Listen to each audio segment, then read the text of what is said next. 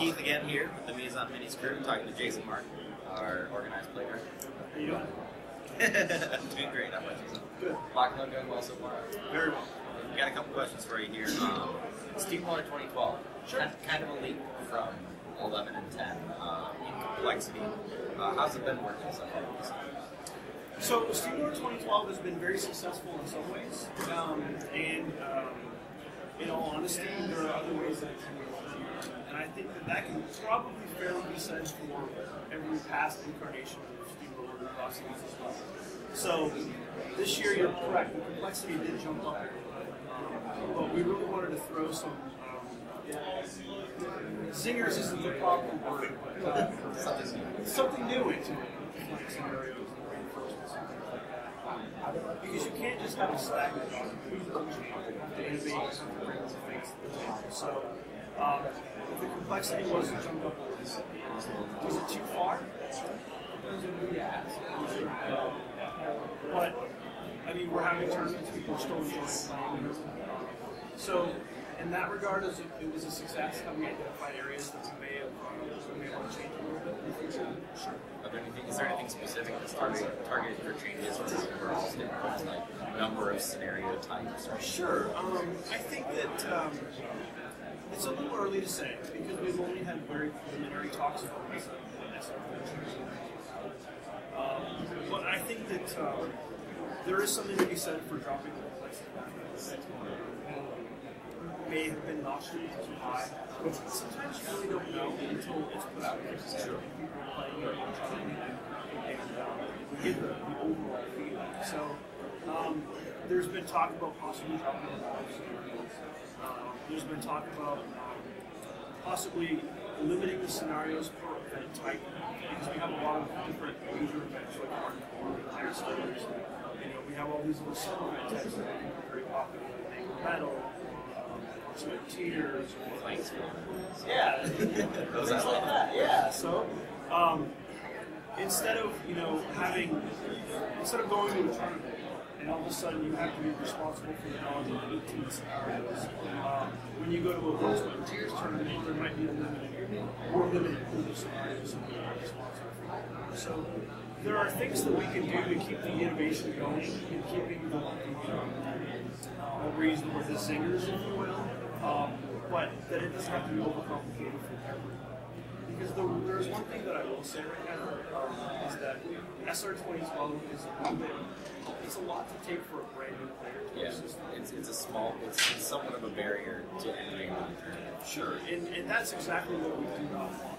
But at the same time, we want to maintain the competitiveness of the events and also maintain the happiness of our hardcore players that are really into the tournament scene and want to try all these different things and want the complexity. So it's definitely a fine line of balancing it so the tournament players are happy and they get everything they want, but also, like you said, along with SR 2012 has come the new timing system, deathclock. Sure.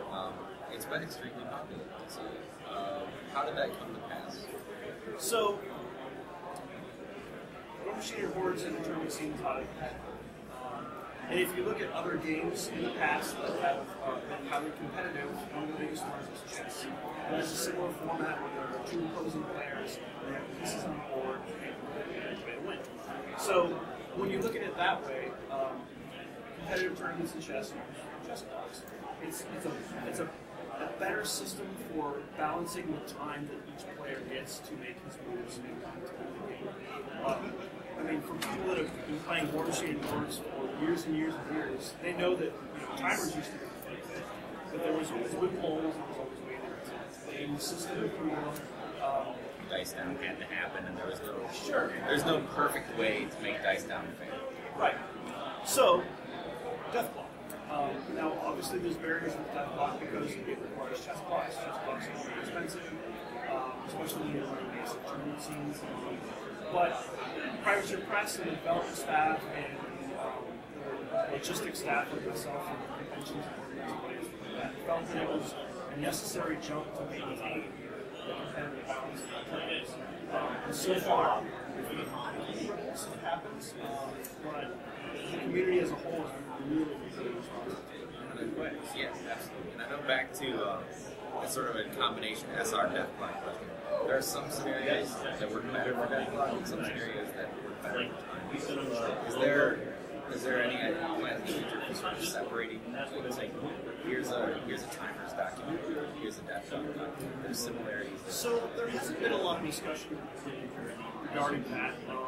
That doesn't mean that there won't be. Again, we're kind of in the middle of SR 2012, so we'd like to get a couple more iterations of it. Gather data first. And Yeah, sure.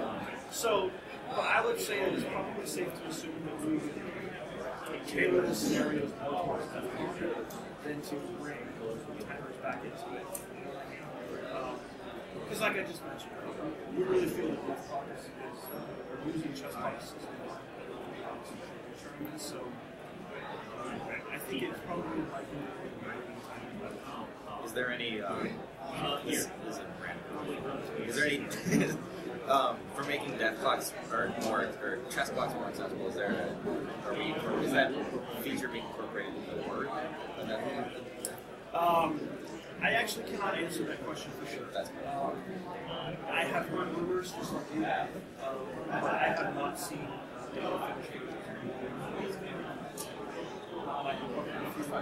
Just jumped in. Yeah, no, I unfortunately can't. I've heard the same rumors. The 75-point masters that did Colossals, they seem to be that with the release of Colossals, that seems to be a natural progression towards now we can play bigger games with a similar model count.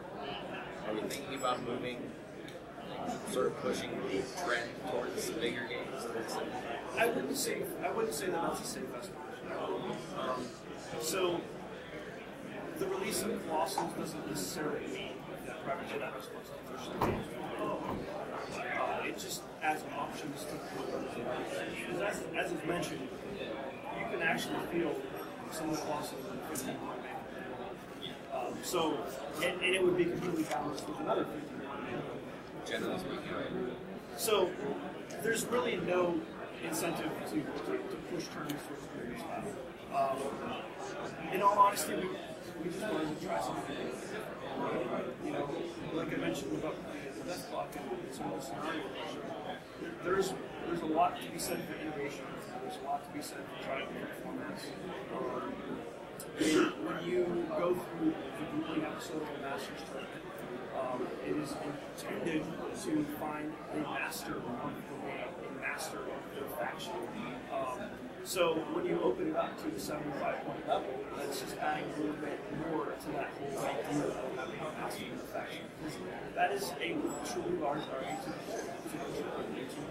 move, to have the strategy to operate it as a unit against an opponent, you know, is the same thing. So I think it was more towards, it was more done towards a way to try something to innovate, to add a little level to it.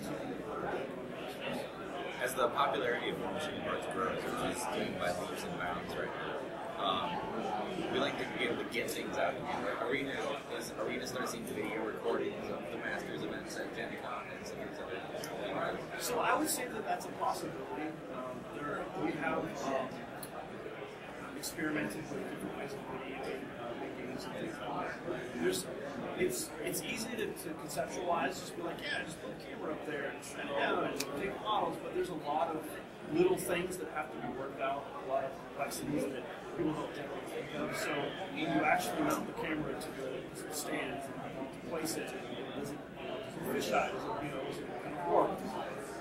People are going to be in the audience yelling, "You moved 10 inches and it's only 8." You know, just like, you can't have that kind of thing. So there's definitely a level of complexity you have to be careful.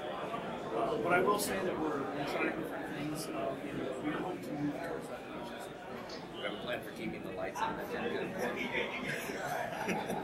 Oh, Keith. I'm sorry. Is there anything I'm missing? So that was definitely something that angered a lot of people, including myself. I felt bad for, of course, the players and each other. We had a discussion in Gen Con. In response to that, if you'll notice, this year the Masters for Gen Con is going to be to Saturday to give it more of the premier spots. That'll do it. That's not to say that the tournament on Sunday is not important, because it is. But the Masters tournament should have. Is there anything I missed that you'd like to talk about? I think we'll be pretty good. I think we're good.